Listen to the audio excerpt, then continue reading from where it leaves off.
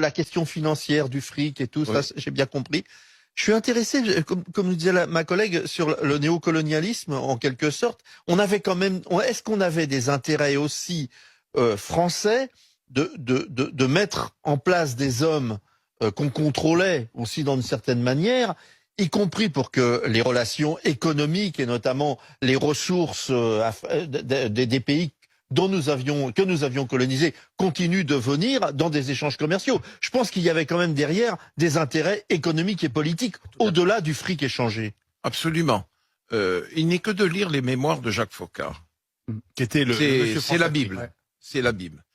Je relisais dernièrement quelques pages d'un des livres de Jacques Foccart. En vous signant. Il disait au général, mon général, il faudrait absolument appuyer le chef de l'État nigérien.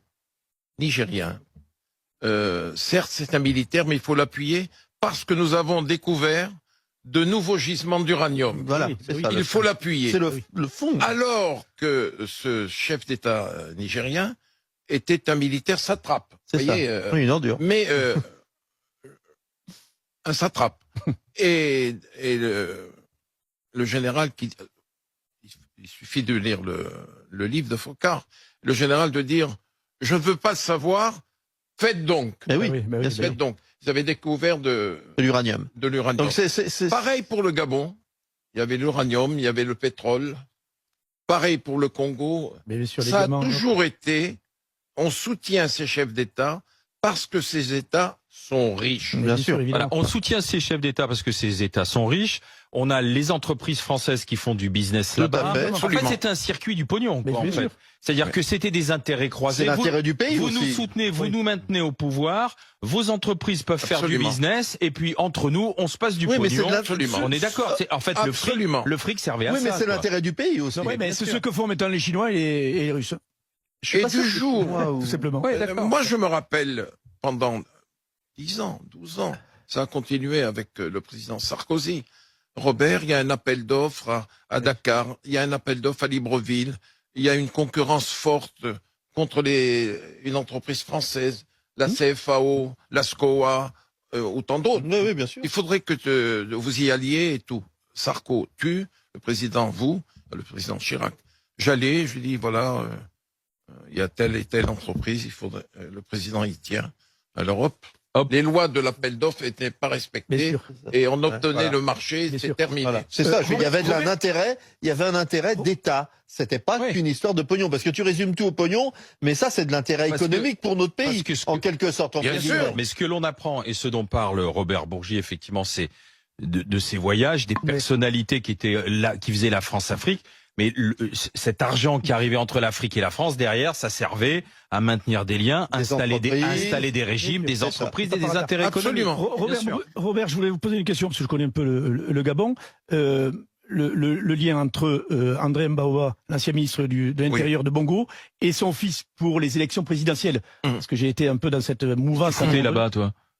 J'avais préparé une mission avec le ministre de l'Intérieur gabonais pour essayer de le mettre en place. Et t'es rentré avec combien de valises? Je suis pas rentré avec des valises, par contre je me suis fait expulser du pays. Ah bon, c'est pas des blagues en plus. Quel est le rapport là par rapport aux deux? Parce qu'il aurait pu être ministre de l'Intérieur, président de la République plutôt. Moi, le président Bongo meurt. Avant de mourir, bien entendu, il était hospitalisé à Barcelone. Ça a été un drame pour les Gabonais de savoir que leur président était soigné à Barcelone au lieu d'être soigné à l'hôpital américain de Paris. Et ça, c'est un autre problème. C'est poser la question de la succession. Le président Sarkozy est allé aux obsèques d'Omar Bongo, accompagné de Guéant. Le président Chirac était là et tout. Le président Chirac encore en pleine possession de ses moyens intellectuels énormes. Et la discussion s'est faite à Libreville. Qu'est-ce qu'on va faire? Il y a eu des réunions tenues secrètes, Sarkozy, Guéant, avec les hommes politiques gabonais.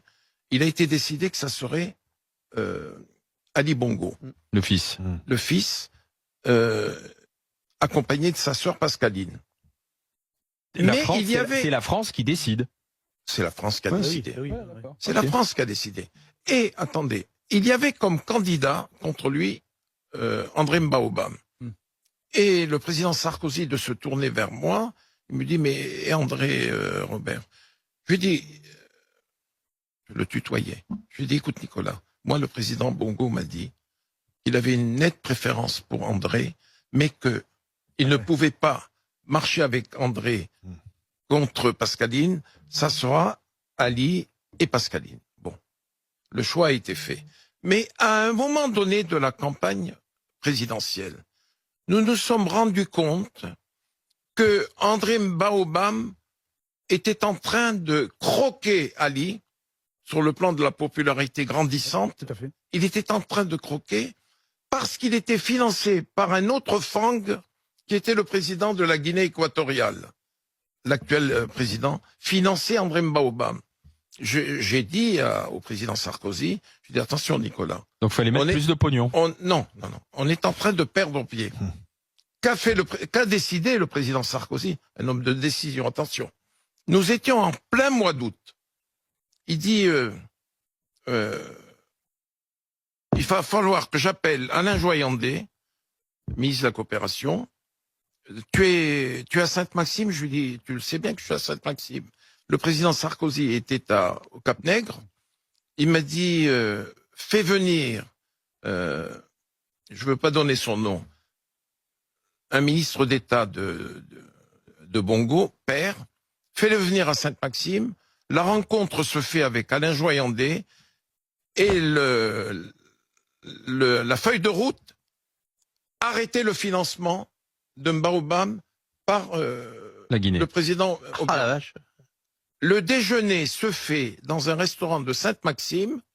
Était présent Robert Bourgi, Alain Joyandet et le ministre d'État avec lequel j'étais encore hier soir. D'accord, donc ça s'est décidé dans un restaurant. Dans un restaurant. Ok. Ah ouais. Quelle a été la décision finale? Alain, tu prends l'avion ce soir et tu pars en Guinée équatoriale.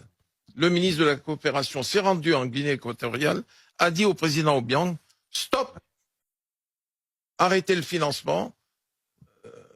Incroyable. Et la ça s'est puissance. arrêté comme ça. Mais